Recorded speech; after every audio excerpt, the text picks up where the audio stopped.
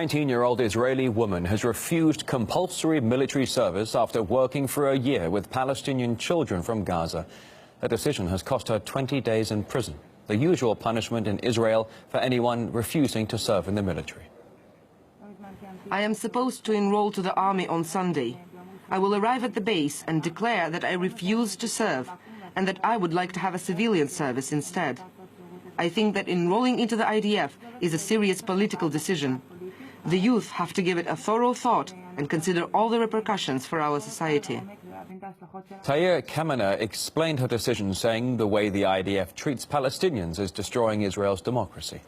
And she's not alone in her convictions. A number of people sharing similar sentiments have publicly refused to join the ranks of the Israeli army. In 2014, dozens of Israeli teenagers wrote to the Prime Minister. They refused to enlist, citing, as they put it, the military occupation of Palestinian territories. Later that year, members of an Israeli intelligence unit publicly declared their refusal to serve due to the same reason. Now, we have asked for a response from the IDF, although so far we've received nothing but silence. In the meantime, we also spoke to Tahir's uncle, who refused to enlist himself. So we're kind of an atypical family for Israel, because most Israelis do go to the army. I also refused to serve in the army and was jailed for that. The main function of the Israeli Defense Force is not to defend Israel, but rather to repress and oppress the Palestinian people. The Israeli army doesn't really need all those soldiers who don't want to be soldiers. I think as far as they're concerned, they'd rather let you go so long as you're willing to say the problem is with me. Now, the problem with people like Tahir is that she doesn't say the problem is with me. She says the problem is with you. The problem is with the army. The problem is with the policy, the state policy that the army is carrying out.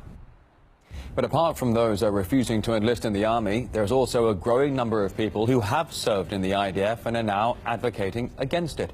The organization calls itself Breaking the Silence and aims to enlighten people about the way the Israeli army treats Palestinians.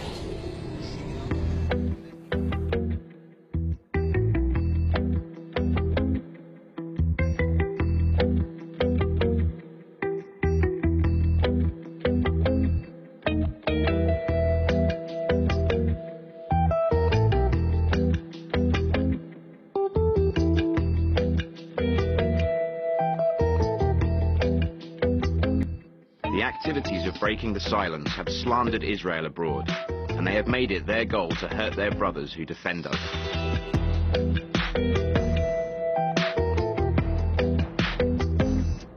As Israeli patriots, we will not succumb to the hateful campaign led by pro-occupation forces.